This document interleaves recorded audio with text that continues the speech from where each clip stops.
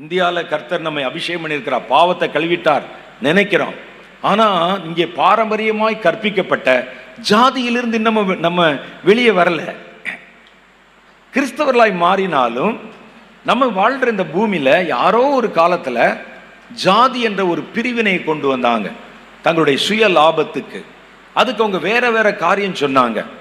அவர்கள் ஒரு மனிதனை படைக்கிற கடவுள் என்று நம்புகிறவருடைய தலையிலிருந்து ஒரு கூட்டம் பிறந்தாங்கிறான், தோளிலிருந்து ஒரு கூட்டம் பிறந்தாங்க அப்படின்னு சொல்றாங்க. அவர்கள் செகண்ட் கிரேட்ல வர்றாங்க. தலையிலிருந்து வந்தவர்கள் உயர்ந்த ஜாதி, தோளிலிருந்து வந்தவர்கள் வீரம் நிறைந்த பெரிய பெரிய மீச வைக்க வேண்டிய ஜாதி. வயிற்றிலிருந்து ஒரு கூட்டம் பிறந்தானா, வயிற்றிலிருந்து பிறந்தவங்க வியாபாரம் பண்றவங்க, காலில் இருந்து பிறந்தவங்க, கால் பாதத்திலிருந்து பிறந்தவங்க கீழ் ஜாதி, கீழே தான் இருக்கணும் என்று கற்பித்திருக்கிறார்கள். அப்ப மனிதனை எப்படி படைச்சாங்களாம்? தலையிலிருந்தும் தோளிலிருந்தும் அவர்களுடைய வயிற்றிலிருந்தும் காலில் இருந்தும் கடவுள் படைத்ததாக சொல்றாங்க. அதுதான் ஜாதி என்று சொல்றாங்க. ஆனா நம்ம எதை நம்புறோம்? கர்த்தர் தம்முடைய கையிலே நம்ம எடுத்து மண்ணினால் நம்மை உருவாக்கி தம்முடைய ஜீவ சுவாசத்தை நமக்கு வைத்து, இதைத்தான் நீங்க நம்புறீங்க. அப்புறம் எப்படி தலையிலிருந்து பிறந்தோங்கிறத நம்புறோம்? எப்படி தோல்ல இருந்து பிறந்தோம் நம்புறோம்? மனுஷருக்கு பாரம்பரியமாய் சொல்லி கொடுத்ததை வைத்து ஜாதி என்ற பிரிவினைகளை உருவாக்கி வச்சிருக்கிறோம். இன்னைக்கு சபைகள் அப்படி இருக்கு. நான் பல இடத்துல பார்த்துருக்கிறேன். தூத்துக்குடி திருநெல்வேலி மாவட்டத்தில் அந்த பகுதியில் ஒரு முறை ஒரு சின்ன கிராமத்திற்கு ஒரு தேவாலயம் கட்டப்பட்ட பிரதிஷ்டைக்கு என்னை அழைத்திருந்தாங்க. அந்த சபை பிரிவினுடைய பிஷப் தலைமை தாங்கி அவர் ரிப்பன் கட் பண்ணுவார், நான் செய்து கொடுக்கணும். நான் சொல்கிறேன், ரொம்ப வருஷத்துக்கு முன்னால், ஒரு 30 வருஷத்துக்கு முன்னால், 25 வருஷத்துக்கு முன்னால் நான் போன இந்த கிராமத்துக்கு ஒரு நல்ல தேவாலயம் கட்டி இருக்கிறாங்க, பிஷப் வந்திருக்கிறாங்க, அதை ரிப்பன் கட் பண்ணி அவர்கள் பிரதிஷ்டை பண்ணுகிறார்கள். நான் தேவ செய்தி கொடுக்குறேன். சாயந்தரமும் ஒரு கன்வென்ஷனுக்கு கொடுத்தேன். ரொம்ப சந்தோஷம், எல்லாம் ரொம்ப நல்லா கவனிச்சிட்டாங்க. அந்த ஊரில் கொஞ்ச நாள் ஆச்சு, ஒரு 6 மாதம் ஆச்சு. மறுபடியும் அதே ஊர்லேருந்து எனக்கு ஒரு அழைப்பு, நாங்கள் ஒரு புது தேவாலயம் கட்டியிருக்கிறோம், நீங்கள் இந்த ஆலயத்துக்கு போன முறை எங்கள் ஊருக்கு வந்தீங்களே அதே மாதிரி பிரதிஷ்டை விழாவில் நீங்கள் தான் பேசணும் அப்படி சொல்லி அழைத்தார். எனக்கு சந்தோஷம் தாங்க முடியல. கர்த்தர் பாருங்க, எல்லைகளை பெருசாக்கிட்டார் போல. ஒரே ஊரில் இன்னைக்கு 4 சர்ச்சு கட்டுற அளவுக்கு கர்த்தர் எல்லையை பெருசாக்கி, எனக்கு தெரியாது, வெள்ளிந்தியா. நான் நம்பிட்டு போயிட்டேன். போன அந்த ஊரில் அங்கேயும் பிஷப் தான் வருகிறார், ரிப்பன் போட்டு கட் பண்ணுகிறார். ஆனால் பார்த்தேன், போன முறை பார்த்த ஆளில் ஒருத்தனையும் காணும், அங்கே ஒருத்தரையும் காணும். இதெல்லாம் வேற புது ஆட்களாக இருக்கிறாங்க. சரின்னு பார்த்து அங்கே ஒரு செய்தி கொடுத்துட்டு அன்னைக்கு நாள் சாயந்தரம் ஓய்வில் இருக்கும்போது, போன முறை நான் வந்தபோது அந்த தேவாலயத்தில் இருந்த முக்கியஸ்தர்கள் என்னை பார்க்க வந்தாங்க, ஜெபம் பண்ணிட்டு போகணும். அப்போ நான் கேட்டேன், இங்கே ஒரு ஆலயம் கட்டி பிரதிஷ்டை நடக்குதே, உங்களையெல்லாம் யாரையும் காணுமே பிரதர்னு கேட்டேன். அப்போ அவங்க சொன்னாங்க, இது வேற ஒரு ஜாதியினர் கட்டின ஆலயம், நம்ம ஜாதிக்காரங்களுக்கு கட்டின ஆலயம் அது அப்படின்னாங்க. உண்மையிலே இது நான் எதையும் கூட்டி குறைச்சி பேசலை, தேவனுடைய பிரசன்னத்தில் நிற்கிறேன். எனக்கு ஆச்சரியம். நாங்கள் இங்கே வரமாட்டோம், அவங்க இங்கே போக மாட்டோம், அவங்க இங்கே வரக்கூடாது. அப்போ நீங்கள் எதை நம்புகிறீர்கள்? பாரம்பரியமாய் கற்றுக் கொடுத்த தேசத்தில் ஜாதியை கற்றுக் கொடுத்தாங்களே, தேவனை அறியாதவர் நம்புறாங்க. பரவாயில்ல, நீங்கள் கர்த்தரை அறிந்தவர்கள், வசனத்தை விசுவாசிக்கிறவர்கள். அந்த ரத்தம், உங்கள் பாவத்தை மன்னித்த ரத்தம் எப்படி பாரம்பரியத்திலிருந்து உங்களை விடுவிக்காமல் போச்சு? அப்ப இதெல்லாம் புறையோடி போன காரியங்கள். இது எடுக்க முடியல, அது எடுக்க முடியல. ஒரு இடத்துல நான் பேசிக்கொண்டேன், அவருடைய மகளுடைய திருமணத்திற்காக அவர்கள் பேசிக்கிட்டு இருந்தாங்க. நான் பொதுவாக திருமண விஷயங்களில் தலையிட மாட்டேன்.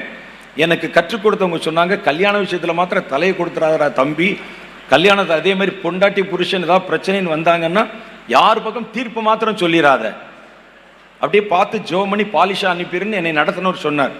ஏன் ஐயான்னு கேட்டேன். அவங்க சொன்னாங்க, அப்படிதான் வருவாங்க, மூர்க்கமாக வருவாங்க, இந்த ஆள் சரியில்லை, புத்தி இல்லை, அப்படி இப்படின்னு பேசுவாங்க. அவர் சொல்லுவார், இவள் அப்படி பண்ணுறார் இப்படி பண்ணுறான்னு பேசுவாங்க. நீ யார் பக்கத்துலையாவது ஒரு சார்பில் ஒரு தீர்ப்பு சொல்லிட்டீன்னா 1 மாதம் கழிச்சு அவங்க 2 பேரும் சேர்ந்துருவாங்க, உன்னைய பகைச்சிருவாங்க. அன்னைக்கு நம்ம பிரச்சனையிலும் போனோம்லங்க. அந்த ஊழியக்காரர் என்ன சொன்னார் தெரியுமா? உங்களை பற்றி இப்படி சொன்னார், அந்த அம்மா போட்டு கொடுத்துருவான். அவர் அந்த அம்மா இடத்துல சொல்லிடுவான், அவங்க 2 பேரும் சேர்ந்துருவாங்க, நீ மாட்டிக்கிடுவ. அதனால வந்தா சரி சரி ஜோம் பண்ணி அனுப்பிடு, யாரு பக்கம் நியாயம் சொல்லாதே அப்படின்னு எனக்கு சொல்லி கொடுத்தாங்க. அதே மாதிரி தான் இங்கே பார்த்தீங்கன்னா ஜாதி ஒரு வீட்டில் அப்படித்தான் ஒரு திருமணத்தில் வந்து அவங்க பேசிக்கிட்டு இருந்தாங்க. என்னுடைய முன்னிலையிலே பேசணும், நான் பேச மாட்டேங்கன்னு சொன்னேன். ஏன்னா எனக்கு திருமணம் ஆகலை, எனக்கு அதை பற்றி தெரியாது. குடும்ப பிரச்சனை எல்லாம் நம்ம பிரதர்ஸ் மாதிரி ஆட்கள்கிட்ட கேட்டீங்கன்னா சொல்லுவாங்க, ஸ்டீவன்ட்டு கேள்வி சொல்லுவாங்க, எனக்கு தெரியாது, எனக்கு குடும்பம் கிடையாது. அப்போ நான் உட்கார்ந்துருக்கிறேன், அவங்க பேசுகிறாங்க, எல்லாம் சரியாக வருது, ஜாதியும் சரியாக தான் வருது, இருந்தாலும் ஒரு சின்ன சிக்கல் இருக்குன்னு சொல்லி இந்த கல்யாணத்தை முறித்து விட்டார்கள். நான் கேட்டேன், என்ன பிரச்சனைன்னு கேட்டேன்.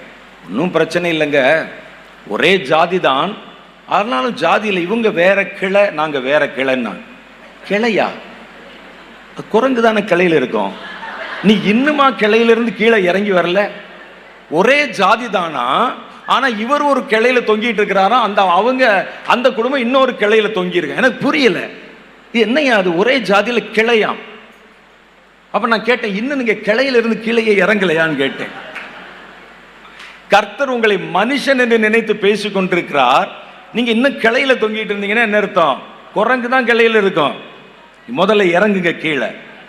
இந்த பாரம்பரியங்கள் தேசத்திலே புறையோடி போயிருக்கிறது. நம்ம ரட்சிக்கப்பட்டோம் என்று சொன்னால் கூட இதிலிருந்து வெளியே வர முடியவில்லை. மனிதரால் கற்பிக்கப்பட்ட பாரம்பரியங்கள், இது மாதிரி பல காரியங்களை சாத்தான் இந்த உலகத்தில் நிறைய காரியங்களை விதைத்து வைத்திருக்கிறான். கர்த்தருக்கு தூரமான, தேவனுடைய பிரமாணங்களுக்கு எதிரான பல காரியங்களை பூமியிலே நிறைய அவன் உண்டாக்கி வச்சிருக்கிறான். இப்போ நம்ம கர்த்தர் ஆளுமை செய்கிற பூமியா மாத்தணும். இந்த பூமியிலே கர்த்தர் வரப்போகிறார்.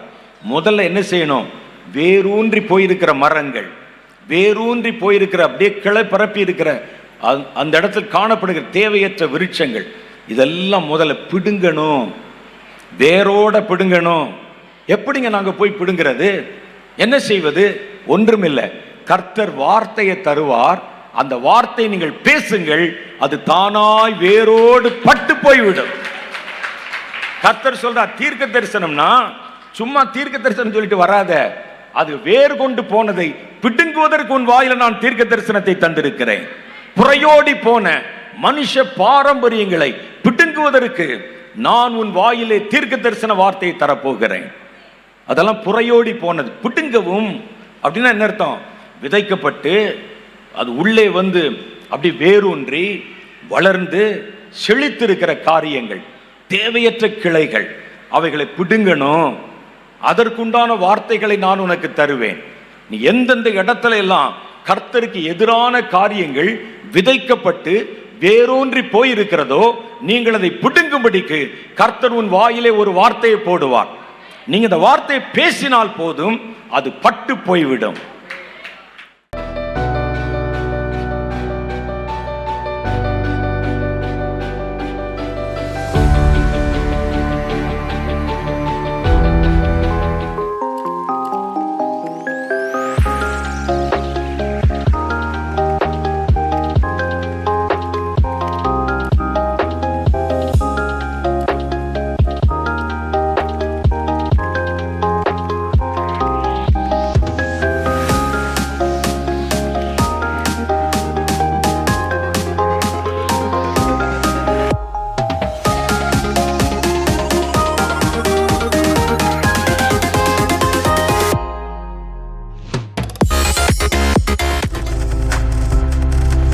நீங்கள் பார்த்து கொண்டிருப்பது உங்கள் ஜாய் டிவி. உங்கள் துக்கம் சந்தோஷமாய் மாறும்.